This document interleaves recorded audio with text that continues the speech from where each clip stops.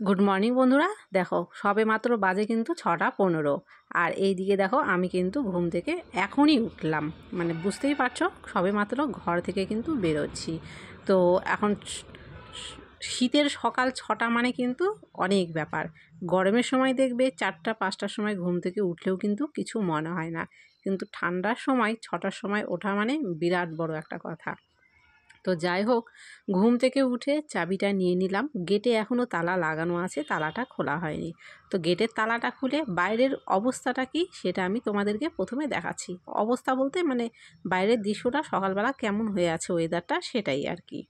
তো গেট থেকে দেখো বাইরে বেরিয়ে গেলাম, আর চারপাশটা তোমাদেরকে আমি দেখিয়ে দিচ্ছি। দেখো চারপাশে কিন্তু কুয়াশা কুয়াশা আছে, মানে ফোনে কিন্তু তাও পরিষ্কার মনে হচ্ছে, কিন্তু এতটাও পরিষ্কার ছিল না। ভালোই কিন্তু কুয়াশা ছিল সকালবেলা। আর দেখো সূর্য কিন্তু এখনও ওঠেনি। তো আর আমার বাড়ির সামনে কিন্তু একদমই রাস্তা আছে। তো চলো রাস্তাটাও তোমাদেরকে দেখো দেখিয়ে দেব আমি। তো এই যে একদম হাই রোডের সাথে মানে লাগানো আমাদের বাড়িটা। তো এখনই তোমরা দেখতে পাবে যে রাস্তা দিয়ে কিন্তু দেখো গাড়ি ঘোড়া যাচ্ছে সকালবেলা। আর সকালবেলার কিন্তু এই সময়টা খুব ভালো লাগে, মানে রোদও থাকে না, আবার খুব একটা ঠান্ডাও না, একটু একটু ঠান্ডা ঠান্ডা ভাব, একটু কুয়াশা ভাব। এই সময়টা কিন্তু খুবই ভালো লাগে। তো ঘুম থেকে উঠেই দেখো আগে একটু বাইরেটা ঘুরে দেখে নিলাম। তো তারপরে আজকে গাছের থেকে কিন্তু ফুল তোলা হয়নি। আর যেহেতু এখন ঠান্ডা ওয়েদারে কিন্তু এখন ফুল খুবই কম ফোটে। এখানে কিন্তু দুটো জবা ফুলের গাছ আছে, একটা ঘিয়া কালারের জবা ফুল আর একটা লাল কালারের জবা ফুল। তো ফুল কিন্তু খুবই কম ফোটে, দুটো একটা ফোটে, আর দুটো একটা ফুল ফোটে ঠিকই, কিন্তু সেটাও কিন্তু ঠিক মতো ফোটে না, মানে একদম ছোট ছোট হয়ে থাকে। তো বেশি ফুল ছিল না, 2-3টেই আর কি ফুল ছিল। তো ফুল 3টে প্রথমে উঠিয়ে নিয়ে বাড়ির ভেতরে চলে এলাম। এসে দেখো সকালবেলা ঘুম থেকে উঠেই তো বাসি ঘরের কাজ। তো ঘরে কিন্তু এখনও ঢুকিনি, ঘরের কোনো কাজই করিনি। তো প্রথমে আমি উঠোনটা ঝাড় দিয়ে নিচ্ছি। আর উঠোনের উপরে কিন্তু একটা শিউলি ফুলের গাছ আছে। এবারে শরৎকালে যখন শিউলি ফুলগুলো ফুটতো সেগুলো কিন্তু সকালবেলা পড়ে যেত, আর এখন যেহেতু ঠান্ডা হয়ে গেছে মানে পড়ে গেছে, তো শিউলি ফুলগুলো কিন্তু আর সকালে পড়ে না, দিনেও পড়ে না, ঠিক সন্ধেবেলা রাত্রেবেলা পড়ে। আর সেই সময় ফুল পড়লে সেটা কিন্তু কোনো কাজেই লাগে না, মানে সেটা বাসি হয়ে যাচ্ছে, সেটা দিয়ে কিন্তু আর পুজো করা যায় না। তো কতগুলো ফুল সেই জন্য কিন্তু উঠোনের মধ্যে পড়েছিল। তো যাই হোক, দেখো তোমাদের সাথে গল্প করতে করতে এখানে কিন্তু উঠোন ঝাড় দেওয়াটাও আমার কমপ্লিট হয়ে গেল। আর সকালবেলা বাসি উঠোনটা ঝাড় দেওয়ার পরে দেখবে মনটা কিন্তু একদমই ফ্রেশ লাগে, মানে উঠোনটা পরিষ্কার হয়ে গেলে দেখতে ভালো লাগে। আর তারপরে দেখো এখানে মুছে দিচ্ছি, এটা হচ্ছে নিয়ম, মানে এটা আমাদের পূর্বপুরুষ থেকে চলে আসছে, যে ঘুম থেকে উঠে উঠোনের মাঝে লেপে দেওয়া, বাইরে লেপে দেওয়া, বা দরজায় দরজায় জল দেওয়া। এটা হচ্ছে মানে কি বলবো, এটা নতুন কোনো ব্যাপার না, এটা আমাদের পূর্বপুরুষ থেকে চলে এসে তারাও করেছে, মানে আমাদের মা বাবারাও করেছে, আর যত আত্মীয় পরিস্বজন তারাও করেছে। এবারে আমাদের যুগে আমরাও করছি, আবার আমাদের ছেলে মেয়ের যুগে তারাও কিন্তু করবে। এটা কিন্তু বদলানোর না, মানে আমরা যতই মডার্ন হই না কেন বাইরে, আমাদের বাড়িতে কিন্তু এই নিয়মগুলো কিন্তু মানতেই হয়। তো প্রথমে দেখো উঠোনের মাঝখানে একটু মুছে দিলাম। আর যেহেতু এখন বর্ষার টাইম না, উঠোনের মধ্যে মুছে দিলে কিন্তু দেখতে ভালো লাগে, আর মুছে দিলে কিন্তু সেই জায়গাটা সেরকমই থাকে। আর বর্ষার সময় বৃষ্টি এসে গেলে আসে যখন, তখন কিন্তু সব ধুয়ে দিয়ে চলে যায়। তো তখন মুছেও লাভ হয় না, মানে মোছাটা বেকার হয়ে যায়, উঠোনটা একদমই নোংরা হয়ে যায়।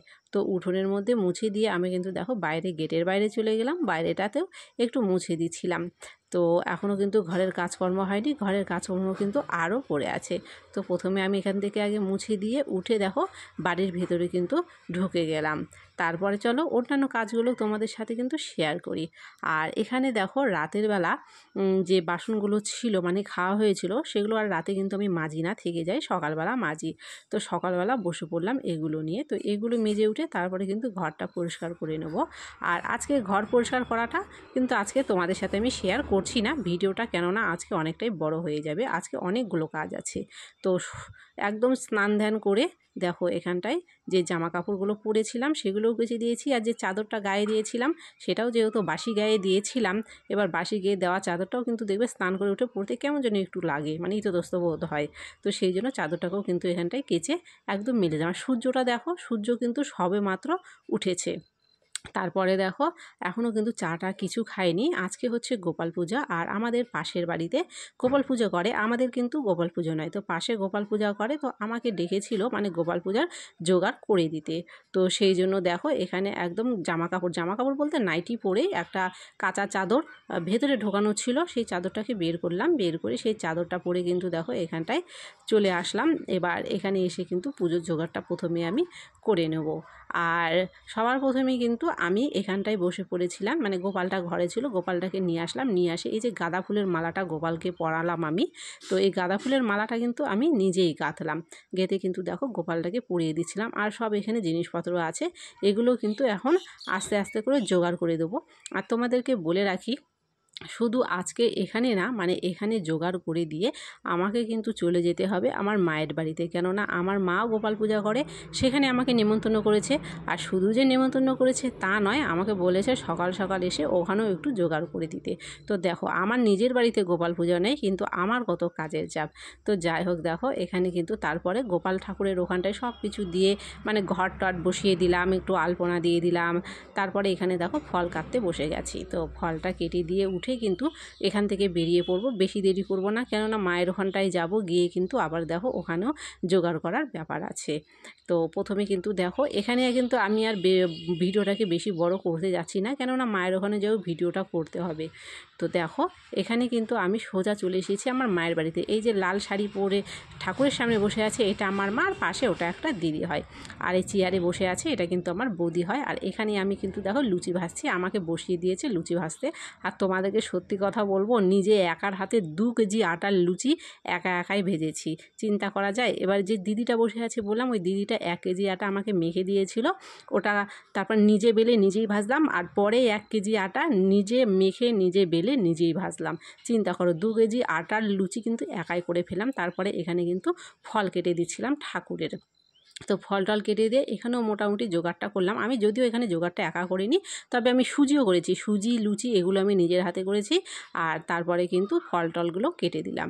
আর এই যে এনাকে সবাই প্রণাম করছেন, ইনি হলো আমার গুরুমা। গুরুমা বলতে মানে আমি যার কাছে দীক্ষা গ্রহণ করেছি, এক কথায় আমি যার কাছে দীক্ষিত। তো গুরুমা এসেছিলো, তো গুরুমা যাই হোক পুজো টুজো হয়ে গেছে, এবার কিন্তু দেখো সবাই প্রণাম করছিল। তো এই যে আমার মেয়েও কিন্তু দেখো প্রণাম করছিল। তারপরে কিন্তু আমিও এখানটায় একটু প্রণাম করে নিলাম। এবার গুরু মায়ের সাথে কিন্তু সব সময় দেখা হয় না, হঠাৎ মাঠাৎ যখনই দেখা হয় তখনই কিন্তু প্রণাম করি। আর এইভাবে গুরুজনদের প্রণাম করতে কিন্তু আমার বেশ ভালো লাগে। তো যাই হোক প্রণাম করে উঠে গেলাম। এবার আমার প্রণাম করে নেওয়ার পরে কিন্তু এটা আমার বৌদিও চলে গেল দেখো এখানে গুরুমাকে প্রণাম করতে। তো সকলেই প্রণাম করলাম, প্রণাম করার পরে কিন্তু গুরুমা চলে গিয়েছিল। তো যাই হোক তারপরে মায়ের ওখানে কিন্তু প্রসাদ খেয়ে নিয়েছি। প্রসাদ খাওয়াটা কিন্তু আমি আর তোমাদের সাথে ভিডিওতে দেখাতে যাইনি, কেননা ভিডিওটা অনেক বড় হয়ে যাচ্ছিলো। তো তারপরে কিন্তু দেখো সোজা বাড়িতে চলে এসেছি। বাড়িতে এসেছি আমি কিন্তু 3টার সময় এসে কিন্তু দেখো এখানে গায়ে থেকে কিন্তু আমি এখনও চুড়িদারটা খুলিনি। এবারে কতগুলো জামা কাপড় সকালে কেচে দিয়েছিলাম, যেহেতু ঠান্ডার ওয়েদারে কিন্তু প্রতিদিন কিছু না কিছু কাচা পড়ছে। তো সেই জন্য কিন্তু দেখো প্রথমে ওগুলো গুছিয়ে দিচ্ছিলাম, গুছিয়ে যেখানে যেটা থাকে সেটা কিন্তু ঠিকঠাকভাবে রেখে দিচ্ছিলাম।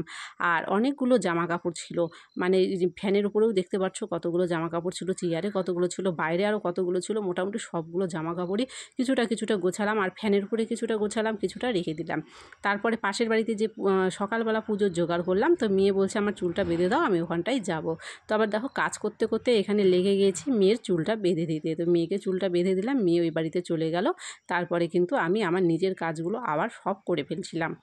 এবারে কিছু জামা কাপড় ছিল, মানে কিছুটা আলমারিতে ঢুকিয়ে রাখার ছিল, তো সেই জন্য যেগুলো আলমারিতে রাখার মতো ছিল সেগুলোও আলমারিতে রেখে দিলাম। আর কিছুটা হচ্ছে বাইরে থাকে যেগুলো ব্যবহার করি রোজ, সেগুলো কিন্তু ঠিকঠাক মতো মানে বাইরে যেখানে থাকে সেখানে রেখে দিলাম।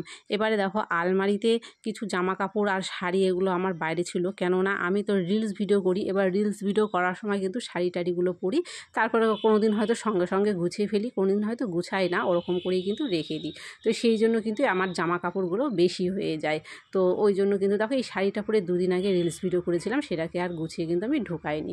তো সেই জন্যই দেখো এখানটায় সব কিছু গুছিয়ে দিচ্ছিলাম। আর এটা ছিল আমার মেয়ের প্যান্ট, তো মেয়ে প্যান্টটা পরে গিয়েছিলো, তো চলো প্যান্টটাও একটু গুছিয়ে রেখে দিলাম। দিয়ে দেখো এবারে ফ্যানের উপরে কতগুলো জামা কাপড় অগোছালো হয়ে আছে সেগুলোও প্রথমে একটু ঠিকঠাক করে রেখে দিচ্ছিলাম। আর ঠান্ডার সময় কিন্তু দেখবে জামা কাপড় একটু বেশিই হয়ে যায়, সোয়েটার চাদর এটা সেটা অনেকটা জামা কাপড় হয়ে যায়। তারপরে দেখো এগুলো করে নিয়ে আমি কিন্তু মানে চুড়িদার খুলে চোখ মুখ ধুয়ে ঘর বারান্দা ঝাড়ঝাঁটা দিয়ে একদম ফ্রেশ হয়ে এখানে শাড়ি পরে নিয়েছি। আর এইদিকে এসেছি আমি কিন্তু রিলস ভিডিও বানাতে। আর এখানে রিলস ভিডিওটা বানাতে আমার খুব ভালো লাগে। এখানে পিছনে যে ব্যাকগ্রাউন্ডটা আছে এই ব্যাকগ্রাউন্ডটা আমার খুবই ভালো লাগে দেখতে।